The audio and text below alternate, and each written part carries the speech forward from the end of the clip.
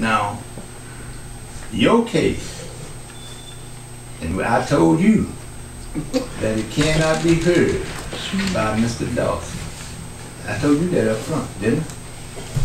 You know I did, and you can't say nothing because you disagree.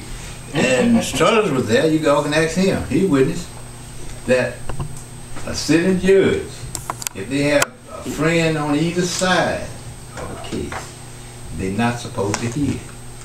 And I was told this from judges, they're not supposed to hear it. You understand? Because the first thing, if it go against you, or go against the other person, they spur you, they can appeal it very easily because they can say they was friends and that's why he voted against them. It's illegal. So I hope you think that. I mean, you know better, but anyway. Y'all act like y'all don't, but you don't. Now, also, as far as I told y'all you want to get paid. Didn't I tell you that? Okay. So that's Tuesday. Now, the next thing is, in going forward, now I can't see if you did something wrong, start all over again and do it the right way. That's right. Now you said you wasn't gonna do it no more. So, hey, y'all keep on going, but y'all just causing it silly. We tried to do it over again 2 times. So go ahead. We tried to, that's how flexible we tried to be. We tried to do it over again, but then I didn't do it. Wait, go ahead, Mr. Holmes. Go ahead. Finish it. I hear what you saying. Right. That you tried. Right. But you could have called a meeting and still voted them in without her. Still can. See? Yeah, y'all could have did it that way. Still can. But y'all didn't do it that way. I mean, here's the witness here to say you didn't. Y'all can say whatever you want. Go ahead. I'm just telling you your opinion. Yeah, all of us, we can read the same thing, same identical thing, and we come up with different answers. Now, we can do it again. So I hope that, and there's another thing, y'all dumping the president that was elected. Everybody hollering. But do y'all realize that this person, that president of the United States now, can help your city, okay? Instead of y'all keep talking this and that and the other, talk all you want. But if the word gets back that y'all ain't got a foot in the door, or even a little toe, okay, sit the hell with you. And everybody talking about we want to run our city. Okay, run it. But you're supposed to have the finance to do it with. Thank you. Y'all keep hollering about finance. Why don't you ring the bell on Martin?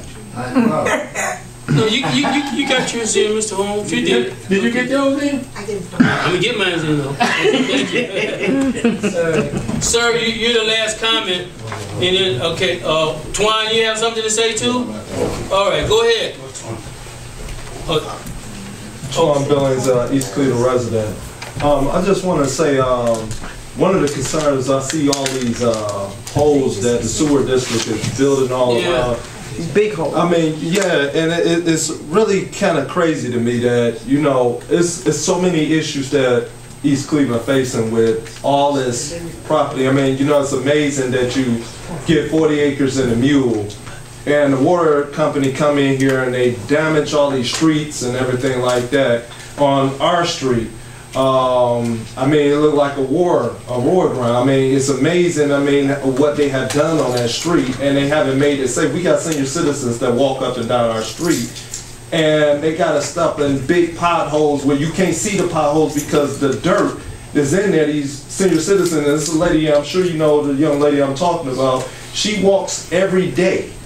And I'll be so afraid of her walking because only God knows I have sprained my ankle a few times walking and trying to dodge the hole. Now you can't see the holes because of all the dirt and mud. So not only that, but all the key land pieces. And I noticed that where the land is at, it has been burnt. If you notice that all the fires have happened where the land has been developed for the water and sewer, the key parcels that these people got. They got too much land. So if anybody was wanting to come into East Cleveland and develop, they can't. Why is that? Why do they have to have that many key key. We ain't talking about just a parcel here and there. Key parcels. Yeah. Right there where the old hot sauce Williams at. Why? That is key. Who want? It's already bad enough with the dump. Yeah. When I look at that, I would not want to be looking out my backyard and looking at that mountain of dirt back there. Who won't want to come out in front of their house and see a water tower or whatever they're going to pit right in these different areas right here? I mean, the disrespect It's going to be a for East Cleveland, it has to be to a point, ladies and gentlemen, that some whip had to be cracked. I don't know, and I'm not going to comment on who doing what. That's too much energy. But something has to be done, because I always say it like this: a man without a plan can be used by a man with a plan. And if these people come up in here and nobody have a plan, they're going to have a plan for you. And what they're going to do, they're going to take your 40 acres in a mule. It's as simple as that. This is a known thing. East Cleveland is a key. People come through East Cleveland. They have to come through East Cleveland. That's right. It's mandatory. There's no ifs, ands, or buts about it. So therefore, we have to make sure that you protect the sheep. You have to protect the sheep. And if they don't protect the land, then they're going to continue stealing the land from us. Thank you. Thank you, Twan. What's your name, sir? My name is Joe Little III. Joe Little III? Joe Little III. Okay, Brother Little. I'm here to basically just I'm at East Cleveland, multiple homeowner. Most of you, some people may know me. I'm from the group The Rude Boys. The song is written all over your face. I went to Chambers, Kirk, and Shaw, and you know, I recently moved back from Atlanta. But what I plan to do is hit the ballots and come for council, because I don't care about money, because I don't need it. I get $10,000 when I walk on the stage on the weekend. But my concern is that I'm an advocate for the people, and I'm an advocate for what's right. And this meeting is so disheartening to me. It is disheartening to see my city that I walked around as a little boy, where we owned, and it was a community, not a neighborhood. That everything was African American owned, not to play a race card or nothing, but that this is our city. East Cleveland is still a gold mine.